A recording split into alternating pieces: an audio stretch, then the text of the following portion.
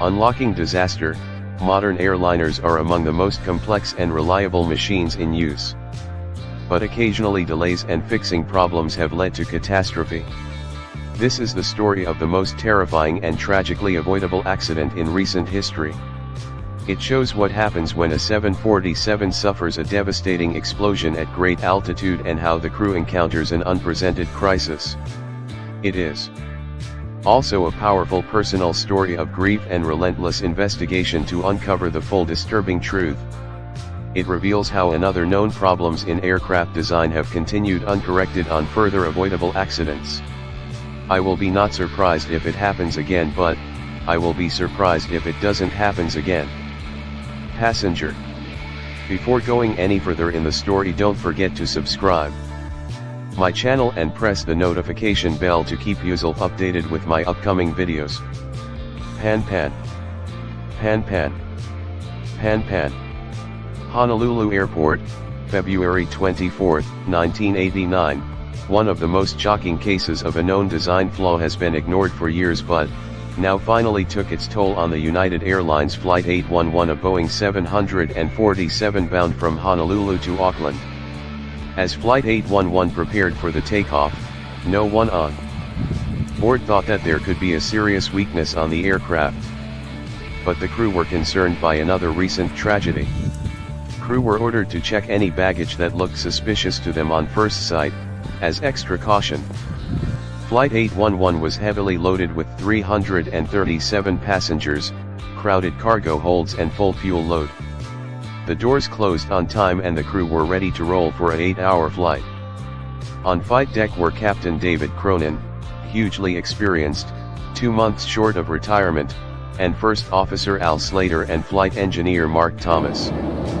Pilots wanted to climb to 33,000 feet above the Pacific to avoid turbulence due to bad weather. 100 miles from Honolulu, as Flight 811 passes 23,000 feet, a major malfunction was about to occur. At this altitude there was a huge air pressure difference in the inside and outside the aircraft. Suddenly passengers sitting just above the cargo door heard a noise. Suddenly the flight engineer told the captain that the lost engine number 3. The pilots reported the ATC that they were descending rapidly and returning to Honolulu. The cargo door had ripped off and taken away a large section of fuselage with it. With pressurized air blown out, a lack of oxygen at 23,000 feet was now suffocating the passengers and crew.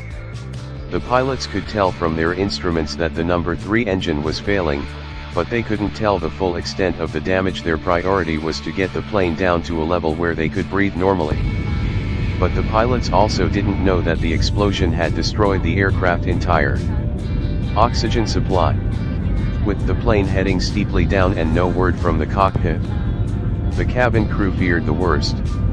With its airframe ruptured, severe damage to the right wing and in Jones and the crew, forcing it down in an emergency descent. The problems on Flight 811 had only just begun. The crew finally began to level out at a safer altitude. But they now faced a barrage of problems almost immediate with the disintegration of the number 3 engine nearest to the exposure. 5 rows of seats had been blown out in the decompression, killing 9 passengers on the flight deck. The crew had turned the stricken plane back to Honolulu, but with 128 kilometers still to go.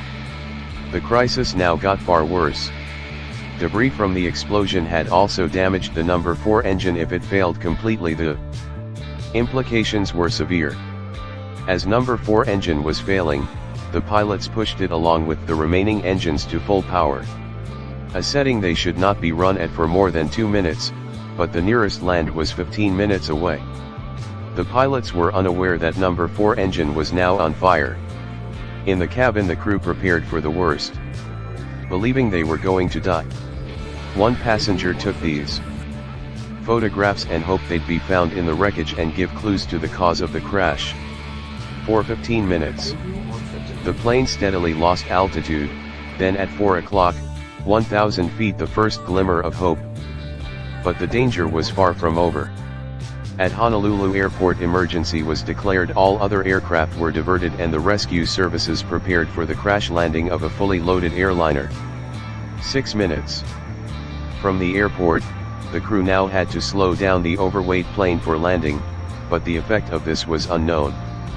The flaps were damaged and could not fully extend. This meant that Flight 811 would have to land dangerously fast. As the unstable 747 lined up for a landing, pilots knew they would only have one chance. But even if they got it on the runway, the nagging question remained: with the stress of impact caused the damaged and overweight aircraft to disintegrate.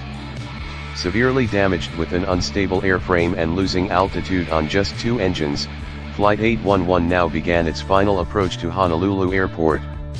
Despite dumping fuel, the aircraft was still critically overweight, but without full flaps to keep it in the air, it had to approach fast. After the touchdown, the plane eventually came to a halt. The emergency services and the flight crew helped the passengers evacuate the crippled plane. After the evacuation, when the pilots deboarded the plane, the captain was dumbstruck at the first glimpse of the craft right side. Only the 9 people sitting at the exploding side were the ones to die. To know the reasons for this disaster, stay tuned and follow Aviation Boy.